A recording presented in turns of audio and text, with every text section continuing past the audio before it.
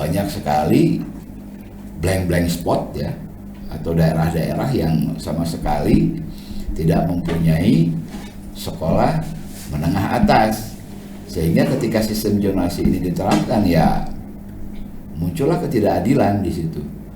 Nah, sementara di kecamatan tertentu, terutama di daerah perkotaan ya, di Bandung, misalnya di Bogor, di Bekasi, ada memang kecamatan-kecamatan tertentu yang memiliki jumlah SMA atau SMA yang memadai, bahkan dengan kualitas juga yang sangat memadai, sehingga siswa-siswa atau orang tua berebut masuk ke situ, zonasi terabaikan.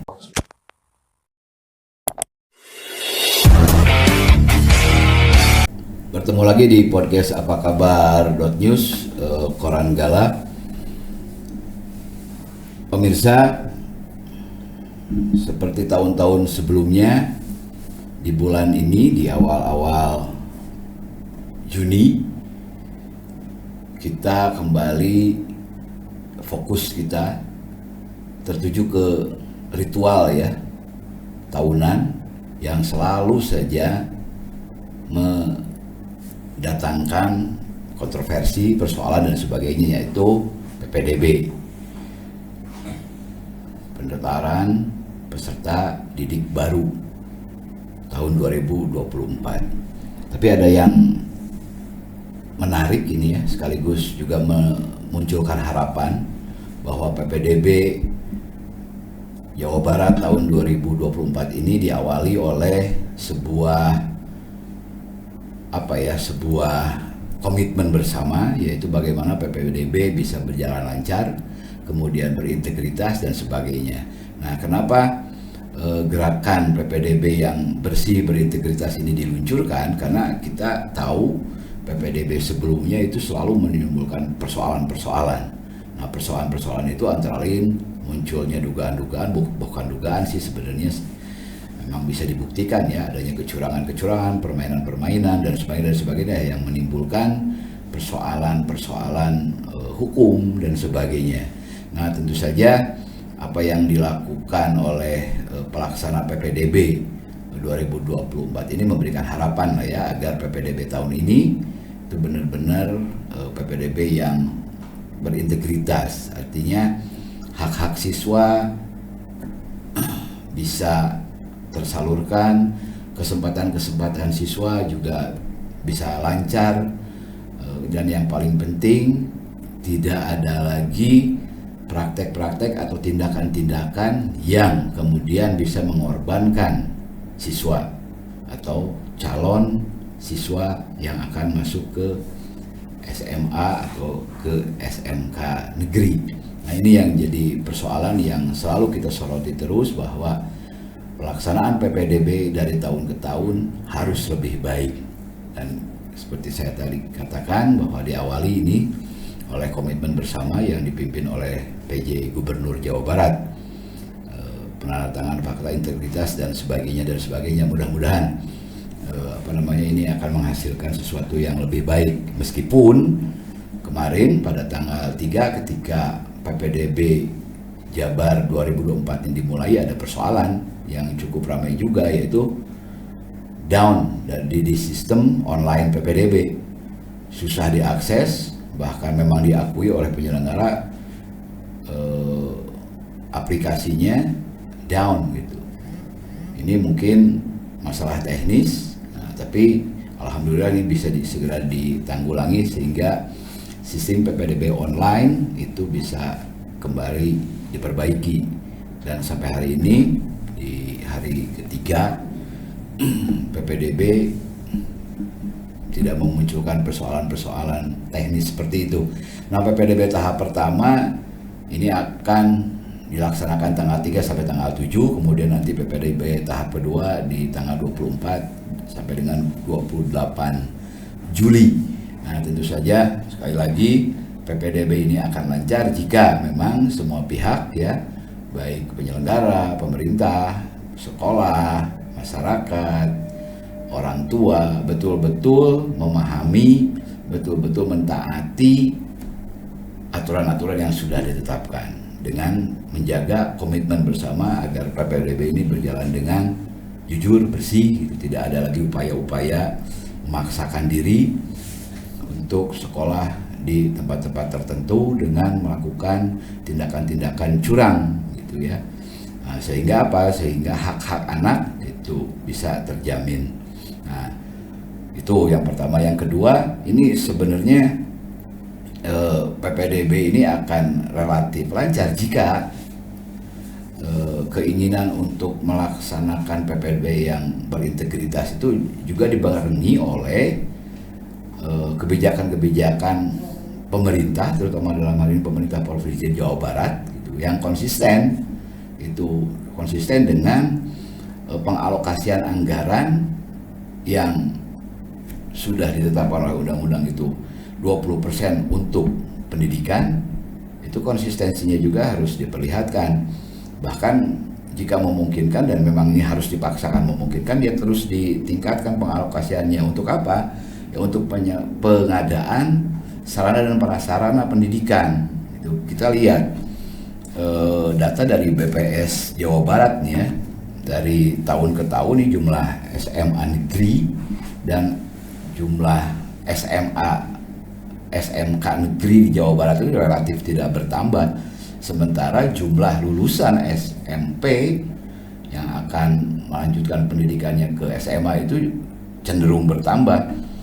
Jumlah SMA negeri di Jawa Barat ini menurut data BPS ya, per tahun 2022, karena saya tidak menemukan data BPS yang terbaru, itu jumlahnya untuk SMA negeri itu di Jawa Barat ada 514 ya.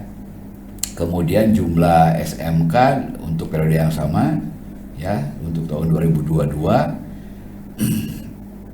itu ada 288. Jadi kalau ditotalkan jumlah SMA negeri dan SMA swasta di Jawa Barat itu sampai dengan 2022 kemarin itu ada 1.711 ya SMA negeri dan SMA swasta. Sedangkan untuk SMA negeri itu ada 288, sedangkan SMK swastanya itu ada 2.617. Jadi totalnya ada 2.905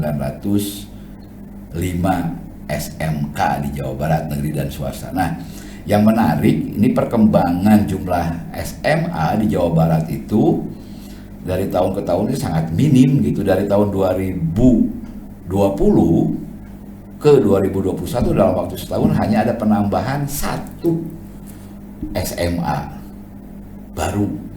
Sedangkan SMK dari 2020 sampai dengan 2022 itu nyaris tidak ada penambahan sama sekali. Jumlahnya tetap 288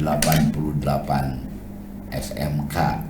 Artinya apa? Ini artinya tidak ada penambahan sarana dan prasarana gitu. Sementara kita tahu bahwa jumlah lulusan SMP itu dari tahun ke tahun cenderung atau selalu meningkat. Di jumlah siswa SMP di Jawa Barat tahun 2022 saja ini untuk SMP negeri itu hampir 1,2 juta siswa. Dan ini harus ditampung baik di sekolah negeri maupun sekolah swasta. Dari SMP swasta jumlah siswa di tahun 2022 itu ada 673.000 sekian siswa. Artinya apa? Jelas penambahan jumlah sekolah itu mutlak. Itu agar apa? Agar terjadi pemerataan sehingga PPDB terutama yang melalui sistem zonasi ini benar-benar bisa terlayani dengan baik. Ya, kita membayangkan ini seharusnya juga harus menjadi perhatian, bahkan menjadi program ini dari pemerintah Provinsi Jawa Barat. Bagaimana agar sekolah-sekolah SMA dan SMK itu hadir, ada di setiap kecamatan. Ya, tentu saja dihitung dengan rasio atau populasi siswa yang akan kemudian melanjutkan sekolah dari SMP ke SMA, sehingga masyarakat dan siswa itu terjamin bahwa dia memang bisa melanjutkan sekolahnya di zonasinya yang terdekat. Nah, kita bayangkan sekarang, coba di Jawa Barat ya, apakah di setiap kecamatan mempunyai SMA? Tidak. Banyak sekali blank spot ya, atau daerah-daerah yang sama sekali tidak mempunyai sekolah menengah atas. Sehingga ketika sistem zonasi ini diterapkan ya muncullah ketidakadilan di situ. Nah, sementara di kecamatan tertentu, terutama di daerah perkotaan ya, di Bandung, misalnya di Bogor, di Bekasi, ada memang kecamatan-kecamatan tertentu yang memiliki jumlah SMA atau SMA yang memadai, bahkan dengan kualitas juga yang sangat memadai, sehingga siswa-siswa atau orang tua berebut masuk ke situ.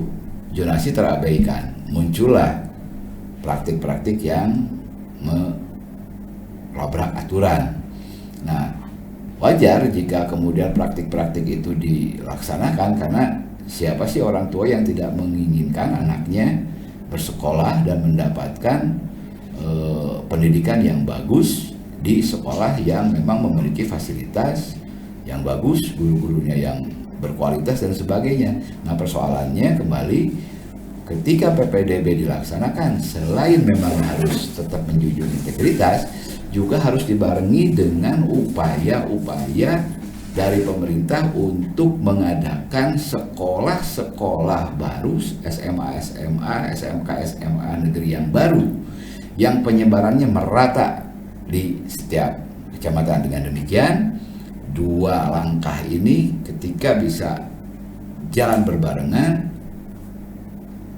jaminan anak-anak kita, jaminan lulusan-lulusan SMP untuk bisa melanjutkan ke sekolah yang lebih tinggi, itu bisa mendapatkan kepastian bahwa sekolah-sekolah baru itu tentu saja tidak akan langsung bisa menyamai sekolah-sekolah yang lebih dulu ada, ya itu berproses. Tapi kebutuhan-kebutuhan dasar di pendidikan, tidak hanya pendidikan dasar dan menengah, tapi juga pendidikan atas atau pendidikan lanjutan atas, ini memang harus mulai diperhatikan. Jangan sampai data BPS ini ya terus seperti ini, jumlah SMA negeri, jumlah SMK negeri itu nyaris tidak bertambah dari waktu atau dari tahun ke tahun.